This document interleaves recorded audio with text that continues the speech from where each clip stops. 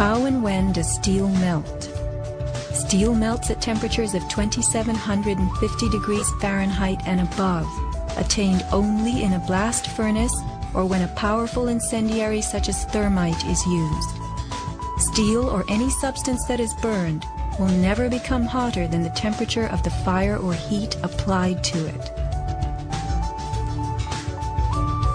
An open-air hydrocarbon fire reaches a maximal temperature of some 1200 degrees Fahrenheit in a dirty or uncontrolled burn, characterized by red-orange flames. Red-orange flames are what we saw on September 11th. Even the fireball caused by the plane strike was red-orange.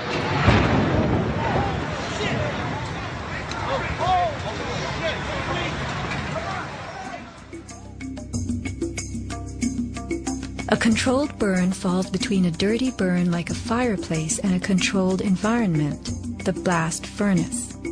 A controlled burn employs a regulated mix of air and fuel, an example being your gas stove or the engine in your car.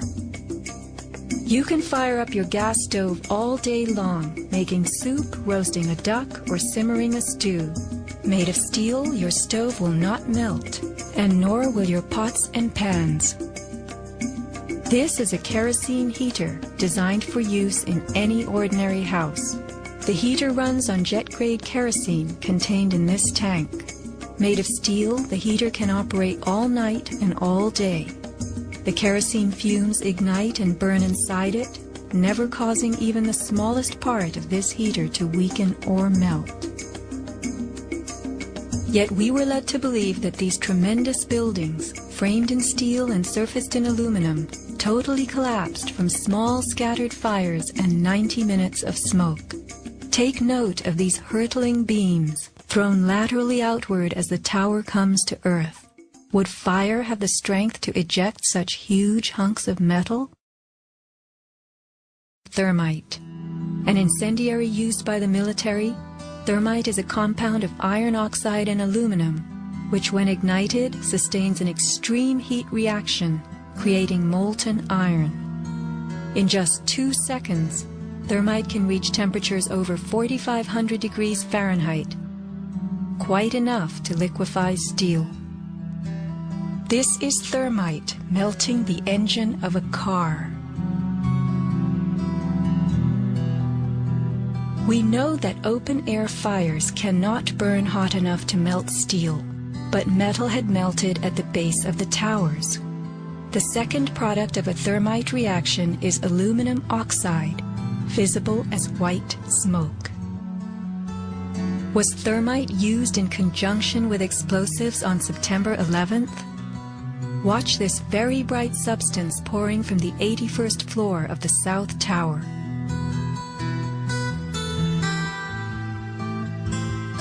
And white smoke appeared at the base of the building. Would this be aluminum oxide, the byproduct of a thermite reaction?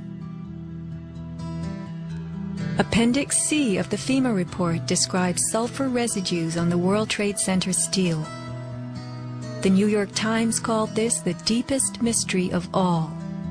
Sulfur slightly lowers the melting point of iron, and iron oxide and iron sulfide had formed on the surface of the structural steel.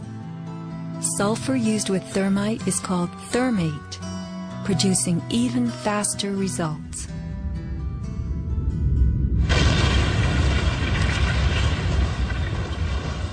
Let's look at what happens in the demolition industry. Taking down large structures requires preparation.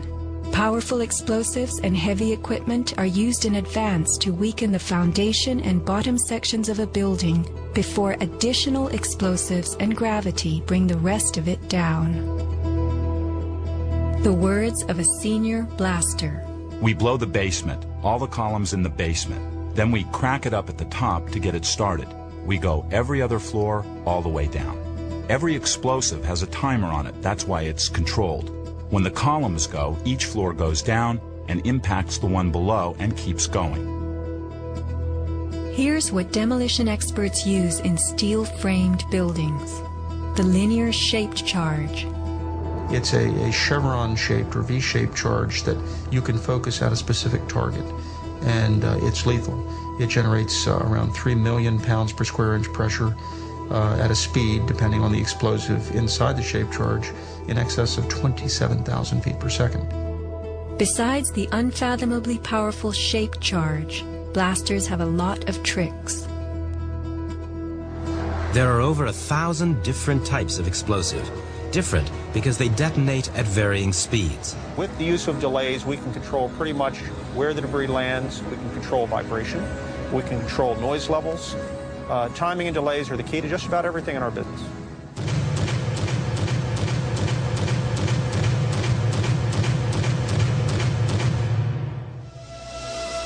And what is the result? The thing that pleases me is the fragmentation and the control. One, to take a building and break it up into millions of pieces and put it in this basement as artfully as we do it, and it works just like clockwork. So we've got it all down to a science. It gives me goosebumps to talk about it. These core columns were discovered after the collapse. The angled cut occurs in exactly the manner that shaped charges slice through steel beams to control the way they fall. Notice the hardened, once liquid metal. Was thermite used with the shaped charge? The job of the shaped charge is to cut steel H-beams. The way we do this is by cutting the beam at an angle, which, through a series of beams cut at the same angle, will tend to make the building shift over and walk. Let's look at the rubble of two 110-story buildings brought to the ground. In a 7-story crater lie nearly 2 million tons of debris. Had the basements not been blown out, where would 2 million tons have gone? Heaped on the ground, ready to slide and spill? The art of controlled demolition.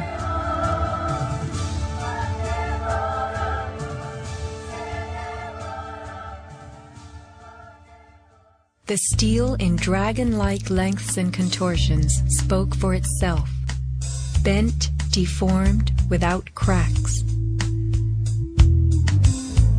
I found it hard to believe that it actually bent because of the size of it and how there's no cracks in the iron.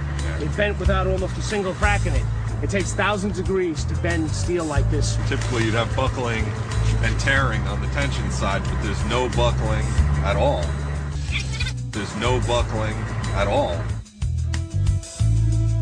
Here is the meteorite, molten iron fused with concrete.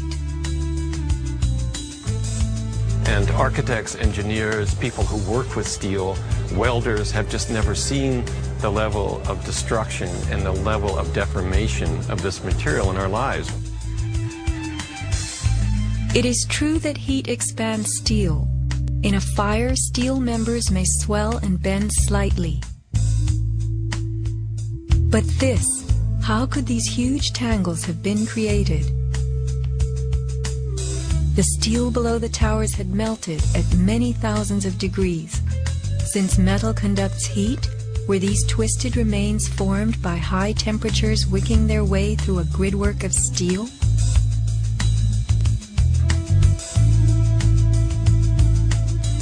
Explosives also deform steel. As they fire, gas pushes outward. The force of the gas can easily bend a large steel column.